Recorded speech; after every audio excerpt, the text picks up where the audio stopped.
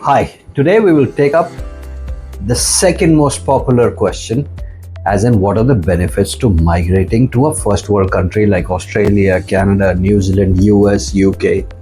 And I would rank all the Commonwealth countries as offering you the same benefits.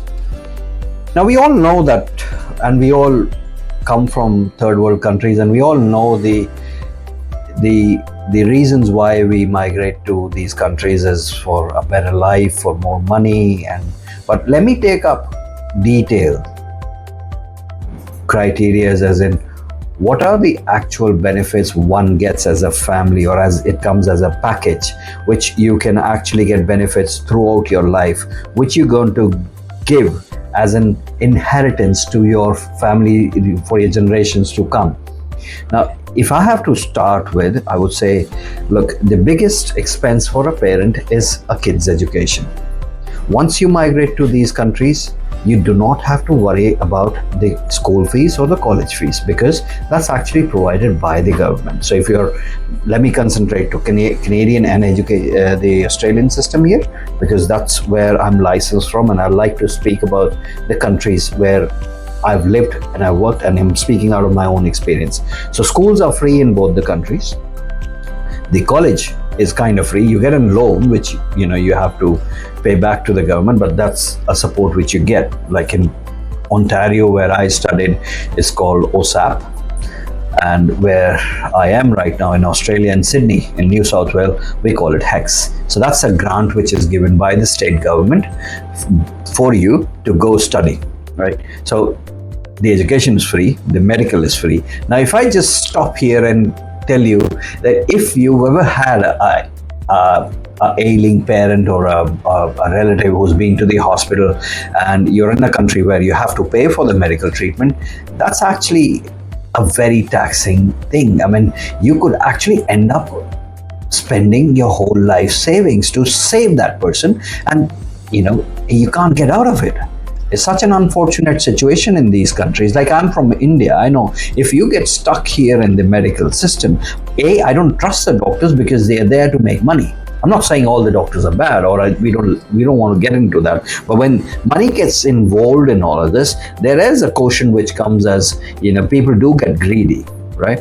And then in these countries, you don't have to worry about this because the doctor isn't taking money from you directly. So whatever treatment you're getting is actually honest and to the core what is required. They're not trying to implement, go do these tests and have some extra medicine because they're getting some kickback or some commissions from, whatever, right? So these are the main two factors. The third biggest factor is that once you live there in these countries, so you've lived about 3 years in Canada, you lived 4 years in Australia, you or your family is eligible to get a Canadian or an Australian passport. Now, this thing changes the whole ball game here. What does it do? Now, as an Egyptian passport holder, or as a Jordanian passport holder, or as a Syrian passport holder, or a Pakistani, or an Indian, or a Bangladeshi, you can only go to limited countries without visa. Now imagine your situation where you have an Australian passport or a Canadian passport. You can actually go around 200 countries without visas. So the world's open. Now, what does that mean? That means that you are not limited to Canada or to US, or to Australia. You can go to a better country like US, the world's biggest economy, and go give some interviews, explore business opportunities. Being a Pakistani, an Indian, or a Bangladeshi, or any other passport like a Filipino passport or any Arabic passport, you might not get the access to US. Now that you're a Canadian and Australian, or an Australian, you can actually go there, explore your opportunities. Your kids can go there, explore the opportunity. So that opens up a big world of opportunity for you.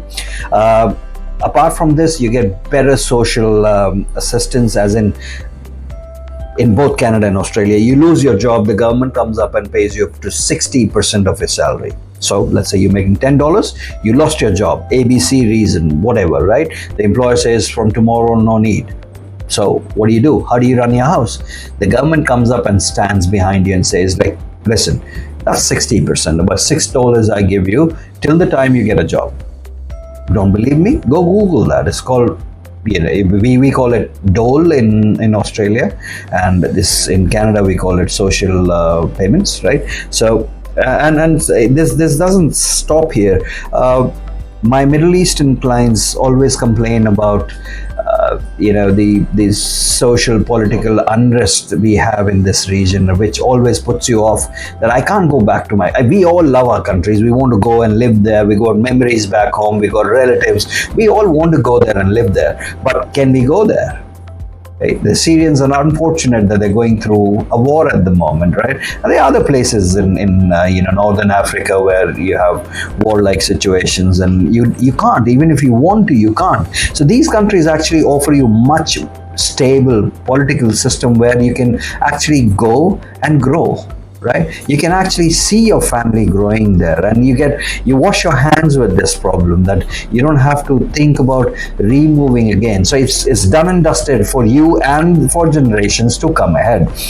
Apart from that, you get better health prospects because the environment and the food you're eating and where you're raising your family is way cleaner as compared to a lot of third world countries, right? And then better infrastructure, right, which means better jobs for you, more opportunities for you, right?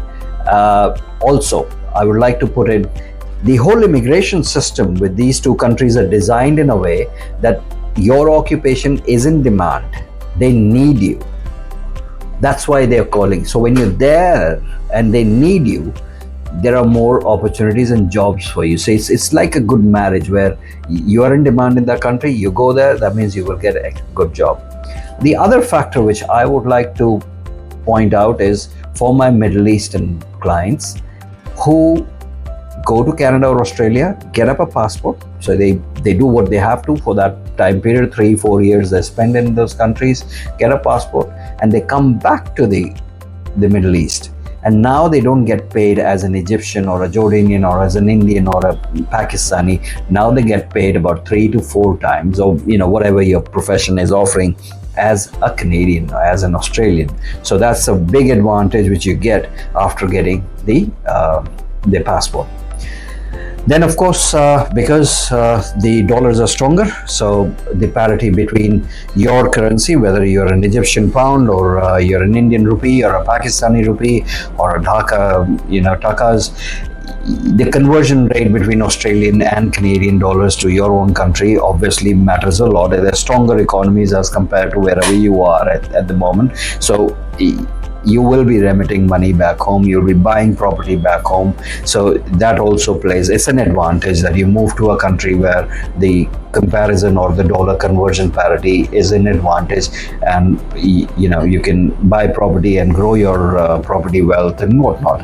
And then you could say, the other benefit of migrating to this country is you do not need a sponsor.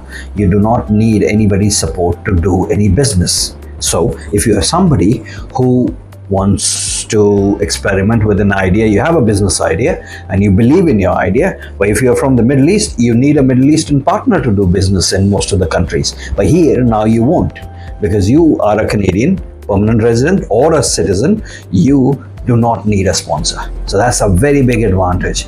You can come back to Middle East, do that business. That's the other factor which goes in your favor is you can sponsor your parents, you can sponsor your in-laws, you can sponsor your relatives. There are different visas in both the countries, so it gives you the eligibility to sponsor your loved ones, so that everybody gets together in that country and so that you enjoy that country along with the loved ones you've been raised with. So we are there to help you out. If you want any sort of help, you have our website, visaanswer.com. Fill up the assessment form or a query form, send us a WhatsApp message or an email. We'll be more than happy to answer your questions or any concern, or leave us a comment. We'll be more than happy to comment on it. We'll reply back. My team's very eager to help you out, right? See you soon.